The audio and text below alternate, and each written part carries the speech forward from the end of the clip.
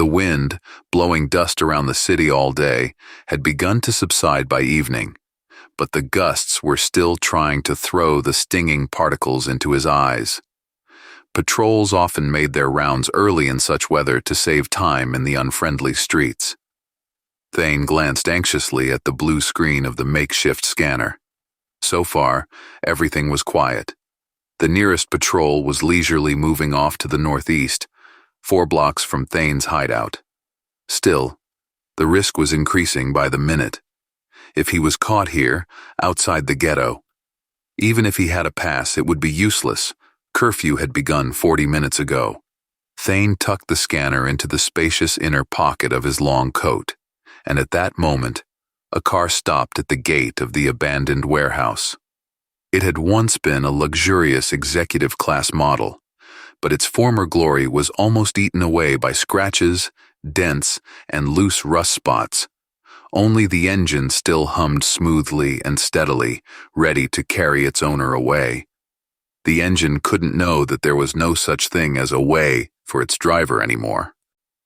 Dr. Milewski waved his arm desperately out the side window, and Thane hurriedly rolled the heavy sash aside. The dust and corrosion-ridden rollers on the guides made a shrill screech of protest, but thank goodness they didn't stick. Milewski rolled the car inside, and Thane immediately slid the sash back in. They could feel relatively safe now, as much as possible, in the city's violence and threat-saturated atmosphere. Milewski turned off the engine and climbed out of the car. Even in the dusty twilight of the warehouse, Thane could see that the doctor looked even worse than usual. His red, inflamed eyes were watery, sweat glistened in the deep wrinkles across his face, and his sparse, tangled hair stuck to his skull in a mess. Thane noticed that Milewski's hand was visibly trembling as they shook hands. "Thane, you've got to run," the doctor said in a strange, stressed voice before Thane could say anything. "You said once that you had relatives abroad, in the middle of nowhere. I want you to pack up and leave immediately, if you still will be able to leave." Thane looked at Milewski carefully, feeling a piercing anxiety begin to stir in his heart. The doctor certainly hadn't been at his best for the last year, as all doctors were, but he'd never been prone to gratuitous panic. "What's wrong, doctor?" Thane asked. "Are you under pressure from the distribution department again?" Milewski waved him away with the gesture one would wave away a priest offering confession before execution. "Thane, this isn't about me. Though I'm probably done, it's much worse than that. You know, I have acquaintances in the departments, not exactly friends, more like people who owe me something by virtue of my past. Past work. Well, I'm telling you for sure. The decision has been made to liquidate the ghetto." Milewski bent down and took out a small oblong case from the car's glove compartment. "Take it. It's the last thing I can do for you." Thane took the case and opened it. In 2 of the boxes were contact lenses glistening wetly. They looked ordinary, but if you looked closely, you could see the occasional iridescent glow. "Where did you get those?" Thane asked, surprised. "That's... if the police find them..." Milewski shook his head impatiently. "It doesn't matter now," he said. "Thane, do you understand what I just said? The ghetto will be terminated. You must run. Now, while there's still a chance..." "God, I hope there's still a chance." Thane closed the case firmly and handed it back to the doctor. "We'll never get this through the control stations. You know how they search there." He sighed. "Thanks for the advice, but I'm afraid we can't use it right now. Leah's still recovering from our last transfer, and Sana hasn't been feeling well lately either. The new transfer will hit them too, of course, but to go off-grid and run away, they just can't take it. Do you know which ghetto has been chosen for compaction? I hope it won't be a week on a transport train again." Milewski splashed his hands. "Thane, you don't understand," he exclaimed, almost crying, and Thane realized that the doctor was already on the verge of going insane with fear and despair. The anxiety languidly stirring in his chest suddenly struck at his heart with an icy claw. They had finally decided to do it. There would be no more transfers. They will eliminate all the ghettos. Run, Thane, I beg you, run! It seemed to Thane that the sky had turned into a heavy concrete dome, which suddenly collapsed and pressed him to the ground. What do you mean, all of them? He struggled. Doctor, what are you saying? Milewski leaned against the car and collapsed like an inflatable toy, from which most of the air had been released at once. The government meeting ended 6 hours ago, he said almost calmly. They resigned their powers and handed them over to the Protector Council. The life patrols are off the leash. It's already started in the east. Thane, this is hell. Large tears streamed down Milewski's face. It's the end of the world, Judgment Day. I beg you, run. Suddenly, he jumped up to Thane, shoving him in the chest unexpectedly for such a puny man, so that Thane flinched and almost fell. Run away, you idiot, or else... He paused, looking over Thane's shoulder into the glass-shattered window in the warehouse wall. Thane saw the red glow on the doctor's face and turned around, a few miles away from the warehouse to the southeast, where the ghetto adjoined the residential city blocks. A fire's orange and scarlet glow was burning. Thane had managed to slip through the perimeter before the life patrols closed the cordon. Until now, there had been no solid fence around the ghetto, just enough to prohibit the permanent residents from going outside without permission. Since most of the ghetto's inhabitants could be unmistakably identified just by looking at their faces, the ban was broken only by the few ordinary people who risked staying in the ghetto near their loved ones. Thane fumbled for the case in his pocket and paused to look along the circular boulevard, once a popular vacation spot for the townspeople, and now the demarcation line that separated the ghetto from the rest of the world. A few hundred meters to the north were 2 trucks from which camouflage-clad men with bright green armbands were unloading symbols of the new times, portable supports for setting up wire fences and large spools of reinforced cutting tape. Combined with the deserted street, the abandoned, looted houses, and the flickering light of the dawn, the scene looked like one of Bosque's apocalyptic paintings come true. Which it was, in fact. The sounds of gunfire, mostly single shots, though occasionally there were crackling assault rifles and machine gun bursts, seemed to be approaching, but not too fast. From time to time, a frightened, bewildered face flashed through the door or window of one of the houses, but Thane was in too much of a hurry to stop and explain, only waving desperately, hoping the people would realize that the worst had come. And what could they do? Leave, but where to? Finally, he reached the ransacked, broken-down supermarket between Founders Avenue and 16th Street. All Thane had to do was go around it, turn onto 16th, and run to the 4th house. Their house. Thane exhaled a little, and then the sharp white beams of car headlights cut through the darkness of the street, illuminated by the scarlet glow of the fire. Thane instantly darted into the ruined gut of the supermarket, then carefully, trying not to crunch the broken glass under his feet, made his way to the 16th Street exit and peered out as stealthily as possible. This time, the Life Patrol had arrived on a bus.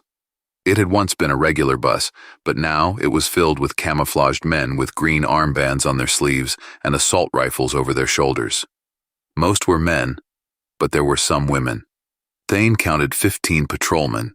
A regular patrol consisted of 3 to 4 members, and they'd never used large buses.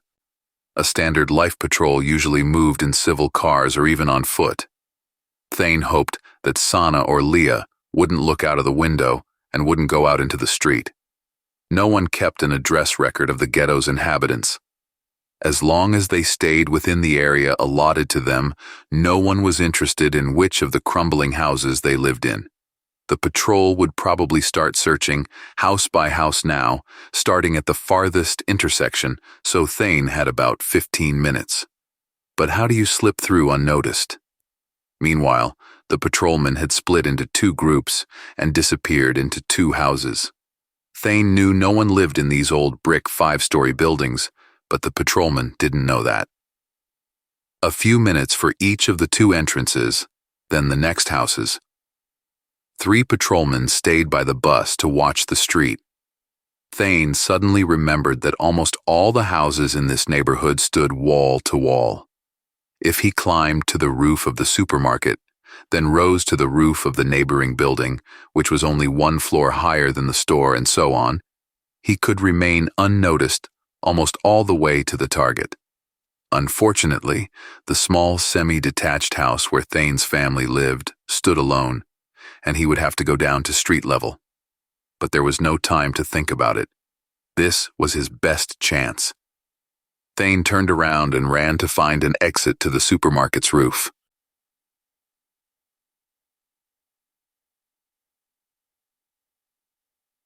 Sana turned off the sound as soon as the broadcast of the last government session ended, and the Grand Protector of Life took the podium. Leah was playing on the carpet, once again rebuilding her toy castle, surrounding it with loyal knights ready to protect the beautiful princess living in the high tower, and she didn't notice a thing. Sana put one earphone in her ear and looked at the laptop screen. "We can't let this happen!"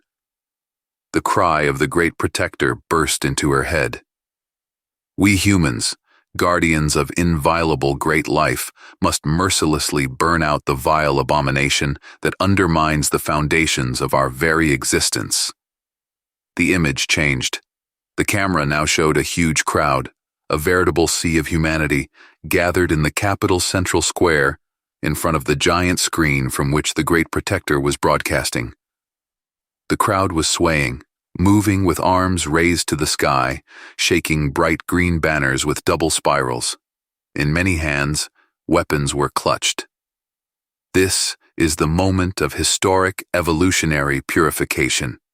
The Inhumans will take away our jobs, condemn our children to hunger and poverty, and take our homes. Humanity must unite in the face of this greatest threat. The crowd roared, beginning to boil over, but the Grand Protector stopped it with a wave. "Our best men have already begun the Great Purge, but there is another enemy besides the Inhumans. Those who created them, who nurtured and raised them, forgetting their sacred duty to humanity. And today, they will pay for their heinous crime." The image changed again, and Sana suddenly realized with horror that she was now seeing the square in front of the entrance to their ghetto. She looked with horror at the hundreds of gallows in 3 rows of ghastly, angular question marks all along the square, and on each of them stood a man in a white doctor's coat, with a rope around his neck. The camera moved slowly along the rows, occasionally capturing close-ups of the faces of those awaiting execution. Desperate, indifferent, defiant, insane. The camera moved slowly along the rows, occasionally capturing close-ups of the faces of those awaiting execution. Desperate, indifferent, defiant, insane. Sana couldn't turn away from this nightmare or turn off the broadcast. As if hypnotized, she stared at the screen, watching her daughter with only the corner of her eye. God forbid Leah should see such a thing. The camera picked up another face, and Sana shuddered as she recognized the man on the screen. It was Dr. Malewski. "Mom, is Dad coming soon?" Leah asked suddenly. The daughter's voice finally brought Sana out of her trance, and she looked at the clock. Thane had promised to be home by 8, but a few minutes meant nothing. Sana looked at her daughter's face, a typical face of an 8-year-old girl, a little gaunt. They weren't starving, but the food supply in the ghetto was so-so. A snub nose, blonde hair braided into 2 pigtails, held together with simple rubber bands. Only her eyes stood out, giving her away, 2 jewels glittering with iridescent gold, behind which the usual iris and dark holes in the pupils were visible. "Soon, sweetheart," Sana said. "I think he's almost home. Do you want to look out the window and see if he's coming? Yes. The girl jumped and ran to the heavily curtained window. Sana followed her and pulled back the curtain, performing their favorite evening ritual of welcoming their daddy back home. The purple glow of the burning ghetto houses fell on their faces, and before they knew it, gunshots boomed outside. As Sana fell to the floor, covering her daughter, she caught the power cord from the laptop with her foot and yanked the computer off the table. The fall slammed the lid shut, so neither daughter nor mother saw the hatches of the gallows open in the square under the feet of 300 doctors, including their old friend, Dr. Milewski.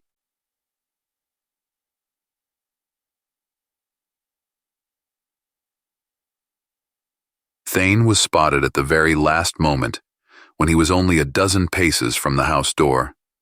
Unfortunately, there were no trees nearby, no phone booths or trash cans, nothing to take cover. The abandoned cars were collected and removed 2 months ago. The ghetto residents had no use for them, but the government, and of course the life patrols, always had a use for some extra transportation. One of the patrolmen on the bus called out to him. He couldn't hear the words, but it must have been some kind of insult, causing the other two standing behind him to turn around.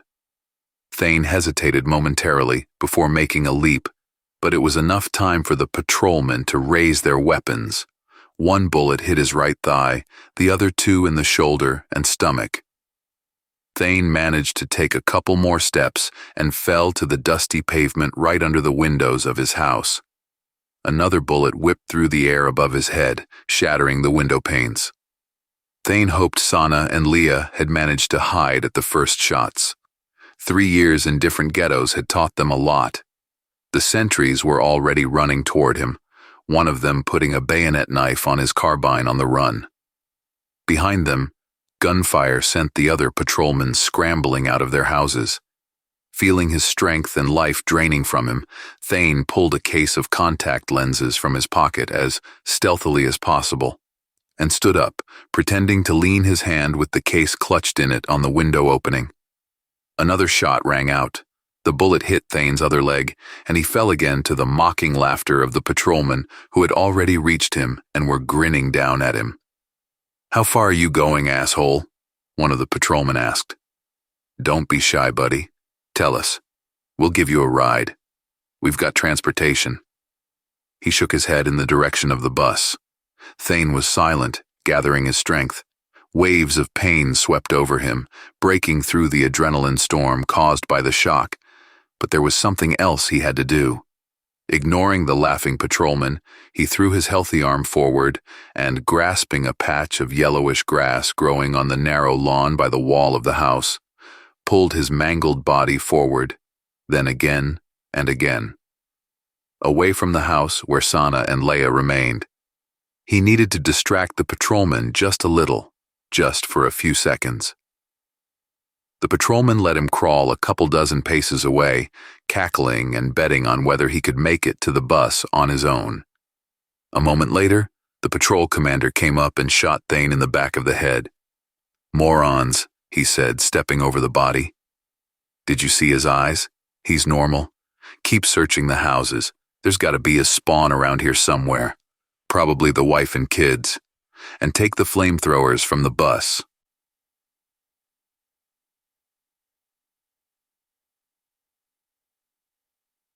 The stench of the tunnel was lingering, but since the ghetto population was several times smaller than it had been in the old days, the smell was tolerable, and there were hardly any rats.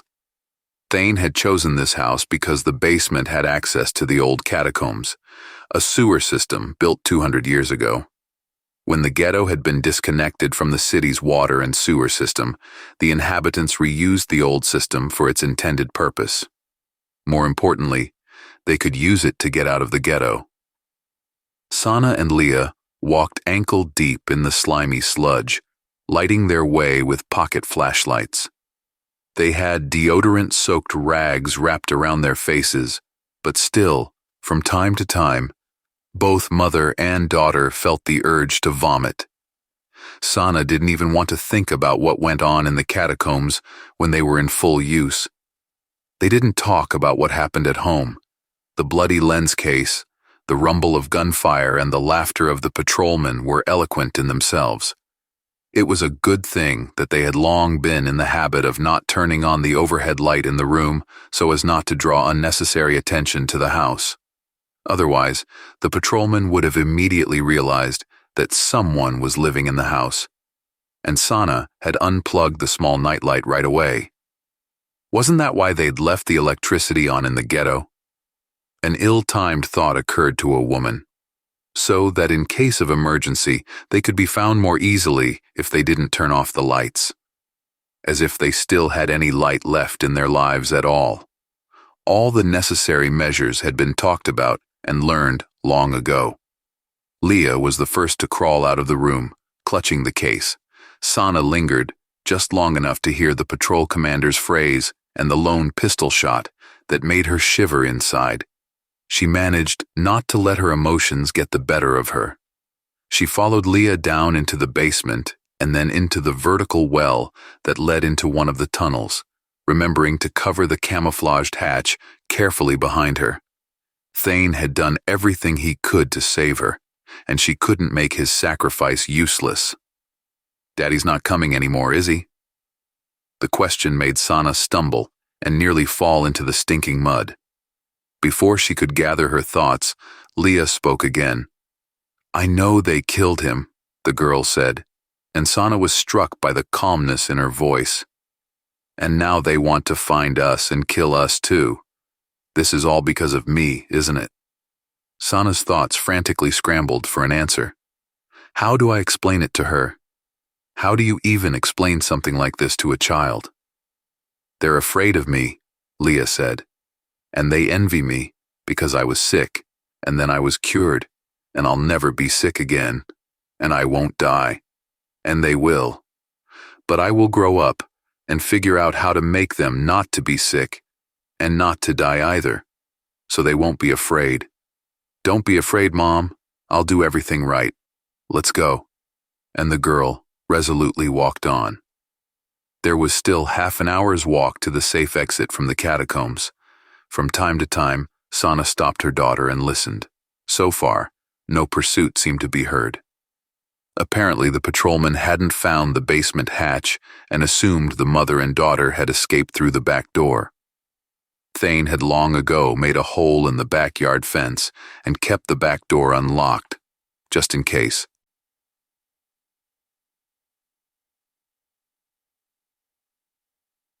The stunned shock of Leah's unexpected short speech was still present. Leah was diagnosed with leukemia when she was 3 years old. After a year of unsuccessful, desperate struggles that had wiped out all of Thane and Sana's savings, and, in fact, all of Thane and Sana's life, their attending physician, Dr. Milewski, suggested they enter an experimental program. "You can't call it a directed treatment for cancer," the doctor said at the time. "Rather, it's a way to partially restructure the entire immune system at the genetic level. But it is very likely to rid your daughter of the cancer permanently." Sana and Thane agreed almost immediately. "I must warn you about something before you sign the consent," Milewski said. "The methodology is new and not yet fully approved by the government. It's a complete breakthrough, cutting-edge technology combining genetic engineering and nanotechnology. The changes are likely to be irreversible, and there remains an unusual side effect afterward that could affect your daughter's relationships with others in the future." "Anything to make Leah well," Sana replied, and asked anxiously, "What's the effect?" "She won't grow horns or gills, don't worry." Milewski smiled. "Your daughter will have a golden eyes. We've developed special contact lenses to hide the effect just in case. They're very expensive, but all participants in the program will get them for free." Milewski and his colleagues won the Nobel Prize in Medicine a year later. And another year later, when it became clear that the transformation worked for only 1 person in 10, The Life Movement and the Protectors Council emerged. One more year, and all those who had undergone the transformation were relocated to the ghetto. Suddenly, they were blocked by a massive grate, covered in flakes of rust and stale filth from past floods. Sana stared at the obstacle momentarily, then reached into her backpack and pulled out a blueprint of the catacombs Thane had found in the half-burned archives of the local municipality. The way out of the ghetto was marked on the blueprint with a red felt-tip pen. They checked part of it themselves, but they never went that far for fear of getting lost or, worse, of meeting someone in the catacombs they shouldn't, such as looters, who were rumored to use the tunnels to get into the ghetto without attracting the attention of the patrol. Not that the patrols were that much of an obstacle to bandits, of course, but the protectors feared that some gang would start kidnapping ghetto dwellers and selling them on the slave market. Anything could be looted and dragged out of the ghetto. Everything, except its inhabitants. It was pretty close to the exit. They were already outside the ghetto, but still in the danger zone, where it was quite possible to meet patrolmen or just aggressive citizens. Sana cursed the clerk, or engineer, whoever he was, who had once been too lazy to copy the blueprint correctly and put all the details on it. Curses weren't going to help now, though. Leah walked over to the bars and touched the thick metal bars, which looked like the set of a cheap horror movie because of the crap hanging from them. "Mom, I can fit through here," the girl said suddenly, and before Sana could react, she poked her head through the gap between the bars. She didn't move further, but it was obvious that if the girl took off her backpack, her skinny shoulders would fit through the bars without any problems. Sana's heart was partially relieved. But what would she do? She couldn't squeeze through the bars, which looked too solid to break or bend. Even if she'd had a hacksaw with her, where would she have gotten one? There was no time to file even one bar. It would take too long, and it would be dangerous. She took another close look at the blueprint. There. "Leah," she called out. The girl turned around. "Honey, we're going to have to split up." Sana sighed. "But it won't be for long, I promise. You'll go on like we planned. Straight ahead, then right down the side passage, and then straight on until the end." Leah nodded. In 3 years of moving from ghetto to ghetto, she'd learned the survival lesson. If Mom says what to do, you do it. "I can't get through here. I'll go around a bit. There's an exit nearby." Sana held her daughter tightly against her, and then looked into her eyes, which now looked like an ordinary girl's. The lenses, Dr. Malowski's parting gift to replace the ones confiscated when she was first placed in the ghetto, worked just as well as the old ones. "Leah, this is very important. I believe it won't be necessary, but I have to tell you anyway. Wait for me at the tunnel exit." Sana looked at her watch. 20 minutes. If I don't show up, head north to the border. You should have enough food in your backpack for 4 days to get there. Don't talk to anyone and stay away from towns and people. You got it?" "I love you, Mom," Leah said. Sana gasped. "I love you too, sweetheart." She kissed her daughter on the forehead. "I'll see you soon. Go." She helped Leah through the bars, then handed her daughter her backpack. Soon, the girl's footsteps were drowned out by the splash of foul water, and the flashlight's light seemed like a random fluctuation in the eyes. Sana turned around and, checking the blueprint, walked toward the service well in the side tunnel that came to the surface just beyond the northern edge of the ghetto. She was lucky. The manhole wasn't welded shut, buried under the new pavement, or obstructed with heavy junk. She lifted and pushed the cast-iron manhole cover aside, poked her head out carefully, and looked around. Apparently, she was in the yard of some transportation company. Along the high wall was a row of vans with a logo on the sides that was indistinguishable in the darkness. The wall led to a 2-story brick workshop and office building. There were no lights anywhere. The yard was illuminated only by the streetlights beyond the fence and the glow of the burning ghetto to the south. The office probably has some sort of security alarm system. It's better not to try it. The big gate to the courtyard was locked, of course. Climb on the van and climb over the fence? There was barbed wire on top, but she could throw something over it. And then she saw the wicket door. A few steps to the left of the gate, there was a doorway in the concrete fence with a plain metal door. Sana approached it without much hope and pulled the handle, and the door opened. Sana looked out of the door. The street was deserted. The usual quiet street of the city outskirts. Mostly, there were workshops and warehouses, and only a couple of residential houses in the industrial zone froze for the night. The sparse streetlights illuminated mostly only the intersections. The rest was lost in the shadows. Sana closed the gate behind her and turned left after checking the blueprint. The safe exit from the tunnels where Leah was waiting for her should be northwest of here.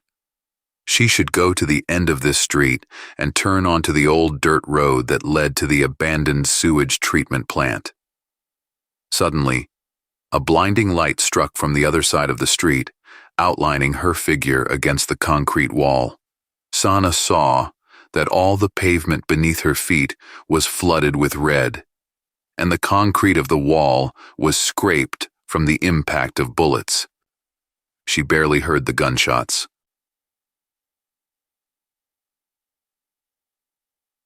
"Which one is it? The 8th? The 9th?" asked a fat man in a tracksuit with a shotgun sitting on the hood of an old beat-up Jeep. "No, it's the 10th, replied a thin woman in her 40s in a chintz dress and army boots, who was deftly loading cartridges into the magazine of an automatic pistol. Clanking the last one, she slammed the magazine into the grip and pulled the bolt. "We had a quick start." She nodded toward a large construction waste container, over the side of which 2 young men, high school students by the look of them, had just dumped Sana's body. "You can check if you want to." "Nah, I'm too lazy," the man said and spat. "Damn, I wish I'd got here faster." The look on their faces when we turn on the headlights. It's hilarious. "That was a damn good idea, I'm telling you. When I heard the shots, I grabbed my old lady," he patted the shotgun, "and came right here. Well, I told myself, finally, can't miss all the fun." "We knew what to do right away when the patrols got on the case," said the woman. "That's what I told my boys. It's time to help our defenders. We've had our eye on this place for a long time. We could have notified the local Protectors Council, but we figured we could handle it ourselves." "Damn right." The man slammed his fist on the hood, leaving another dent. "I know what you mean. How long can we sit and wait for everything to be done for us? I want to be involved, want to do my part." He chuckled. "They're just like cockroaches or rats, for God's sake. Inhumans, no other words for 'em. Damned freaks." "They won't crawl past us," said the woman. "Boys, turn off the searchlights," she shouted, "and reload your rifles. Let's see if any more scum comes out. They're roasting them hard." She pointed the muzzle of her pistol toward the flames in the ghetto.